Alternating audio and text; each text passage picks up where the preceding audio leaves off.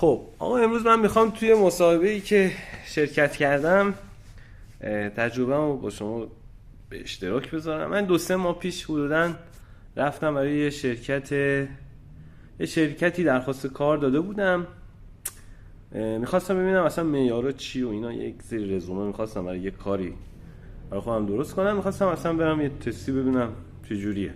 اصلا رفتم اونجا نمیدونستم شرکت چیه اصلا. بعد عرضم حضور شما خب رزومم دیده بود و خب بعد گفت بیا واسه مسابقه رفتیم و سوالا جواب دادم. خیلی خوب، تا همه چی خوب بود تا اونجایی که من فهمیدم اینا شرکت تجهیزات پزشکی هستن. خب من تو شرکت تجهیزات پزشکی کار کردم، یعنی سمت مدیریتی داشتم. بعد اونجا دیگه خیلی قوقا کردم که فهمیدم اینا تجهیزات پزشکی هستن. دیگه خیلی از خودم تعریف کردم و عرضم به حضور شما که این داستان شد. یعنی من گفتم آره من توی اینستاگرام دو میتونم ایده بدم و فلان و اینا، توی سئوتون که دیگه اصلا کارم سئوه. حتی مثلا من خیلی پزشک الان میشناسم که شما میتونید مثلا محصولاتون رو مثلا توی بازار کار کردم، میدونم افکارشون چجوریه، فلانشون چجوریه. یعنی اصلا خیلی دیگه توضیح دادم طوری که دیگه اصلا من میتونستم به عنوان مدیر دیجیتال مارکتینگ اونجا اصلا فعالیت کنم. و کسی هم که داشت با ما مصاحبه میکرد خودش مدیر دیجیتال مارکتینگ اون شرکت بود. و اینکه اونجا دیگه بد شد. ببینید توی مصاحبه‌های کاری اصلا من خودم هم که میخواستم یک نفر استخدام کنم، والا هر جا بودم سعی میکردم یه آدم خوبی رو استخدام کنم که قابلیت این که جایگزین من بشه رو نداشته باشه. اوکی؟ و عرضم به حضور شما همیشه خودتون رو توانمند نشون بدین، ولی اونقدی وارد نشون ندین. ببین علاقه‌مندین که مثلا تو این زمینه خیلی علاقه‌مند شدین و میخواین مثلا تحقیق کنین اینا و شروع کنین به کار کردن. خودتون بیشتر کنجکاو نشون بدین.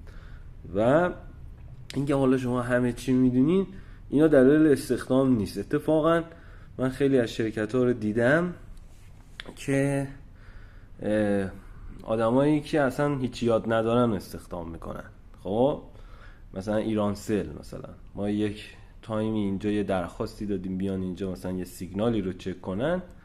کسی که اومد اینجا سیگنال رو چک کنه من بیشتر ازش یاد داشتم. یعنی من بهش میگفتم این کارو بکن، اینجا رو بزن، تو پکت ترسر رفت و من بهتر میتونستم راهنماییش کنم. و هی زنگ میزد سوال میپرسید آقا الان اینو چیکار کنم، حالا این دلیلش نمیدونم چی بود. یا این مورد بود، یا اینکه طرف فکر میکنه شما آخه حالا توی شرکت تجهیزات پزشکی بودین یا هر شغل دیگه ای که مشابه قبلا کار کردین، فکر میکنه شما احتمال داره اینفورمیشن اونجا رو مثلا CRM اونجا رو بدزدین ببرین اونجا استفاده کنین یا به اونا بفروشین.